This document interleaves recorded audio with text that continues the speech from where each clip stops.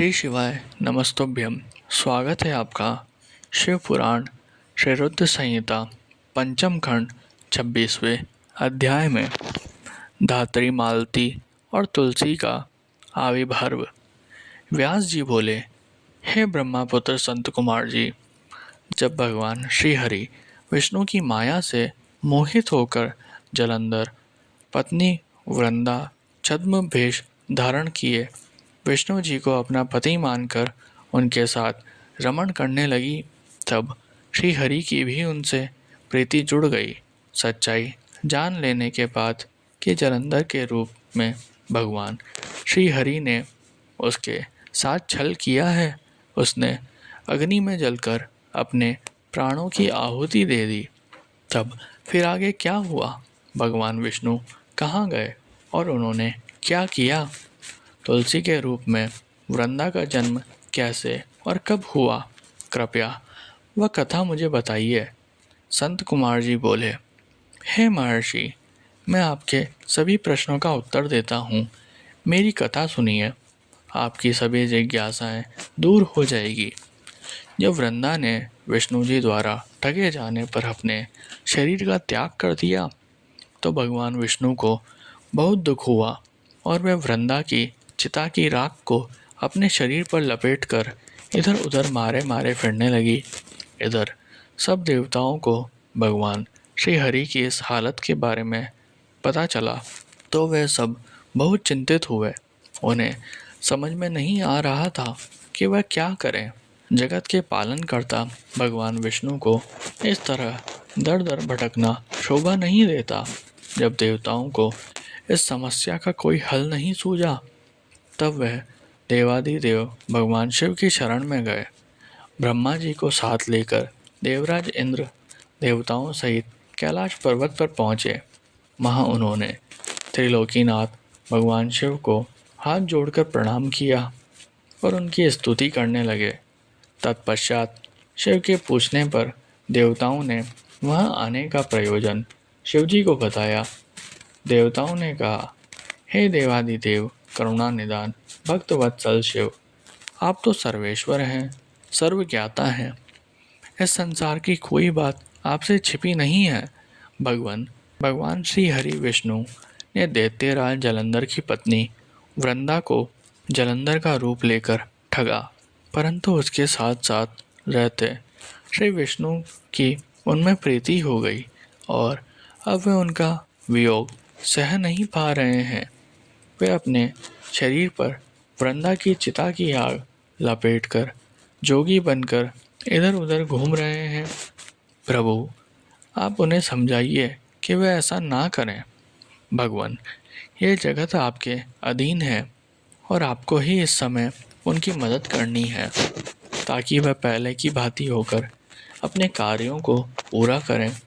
देवताओं की इस प्रकार की प्रार्थना सुनकर भगवान शिव बोले, हे ब्रह्मा जी, हे देवराज इंद्र व अन्य देवताओं, यह सारा जगत माया के अधीन है, परंतु इस जगत की जननी मूल प्रकृति परम मनोहर महादेवी पार्वती इस समय माया के वशीभूत नहीं है। उन पर इस माया जाल का कोई असर नहीं पड़ता।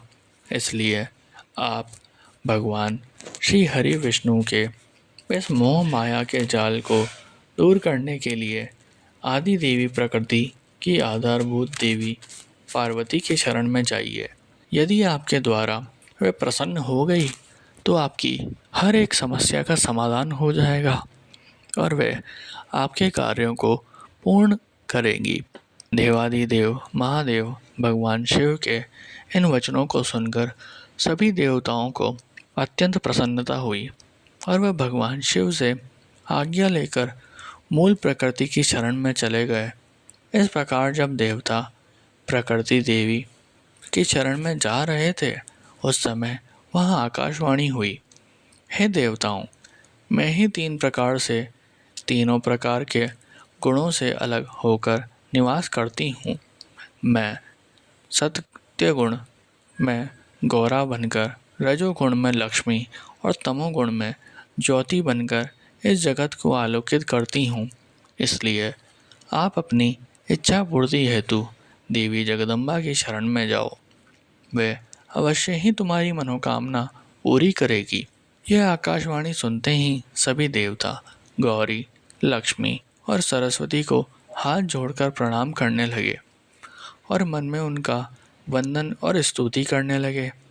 इस प्रकार जब देवताओं ने शुद्ध हृदय से तीनों देवियों का स्मरण किया, तब वह तीनों देवियां वहां प्रकट हो गई। देवियों को साक्षात अपने सामने पाकर देवता बहुत हर्षित हुए और गौरी, लक्ष्मी और सरस्वती की वंदना और पूजन अर्चन करने लगे। तब तीनों देवियों ने मुस्कुराकर कहा, हे देवताओं, हम तीनों देवियां तुम्हारी स्तुति से बहुत प्रसन्न हैं। तुम जो कुछ चाहते हो हमें बताओ, हम तुम्हारी मनोकामना अवश्य पूर्ण करेंगी।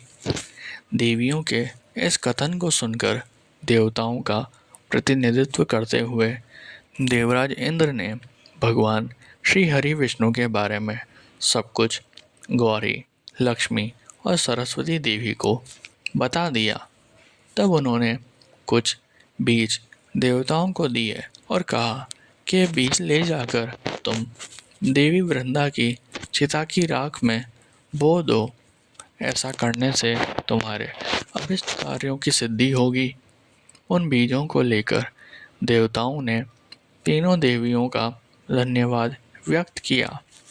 तब देवियां वहां से अंतर्ध्यान हो गई। तत्पश्चात ब्रह्मा जी सहित सभी देवता उस स्थान पर पहुँचे जहाँ देवी वृंदा ने अपने प्राणों की आहुति अग्नि में दे दी थी। वहाँ पहुंचकर उन्होंने देवी द्वारा दिए गए उन बीजों को वृंदा की चिता की राख में डाल दिया। तब उन बीजों में से कुछ दिन पश्चात धात्री, मालती और तुलसी नामक वनस्पतियां पैदा हुई। देवी सरस्वती द्वारा दिए गए बीजों से धात्री, देवी महालक्ष्मी के बीजों से मालती और देवी गौरी के बीजों से तुलसी का आविर्भाव हुआ। जैसे ही धात्री, मालती और तुलसी नामक ये स्त्री रूपी वनस्पतियां उत्पन्न हुई और भगवान श्री हरि विष्णु ने उन्हें देखा तो उन पर से माया का पर्दा हट गया और वह पहले की भांति हो गए। वे उन वनस्पतियों पर अपनी कृपा दृष्टि रखने लगे और तभी से धात्री, मालती और तुलसी नामक इन वनस्पतियों को भी विष्णु जी से विशेष अनुराग हो गया। तब भगवान श्री हरि विष्णु पुनः बैकुंठ लोक को चले गए।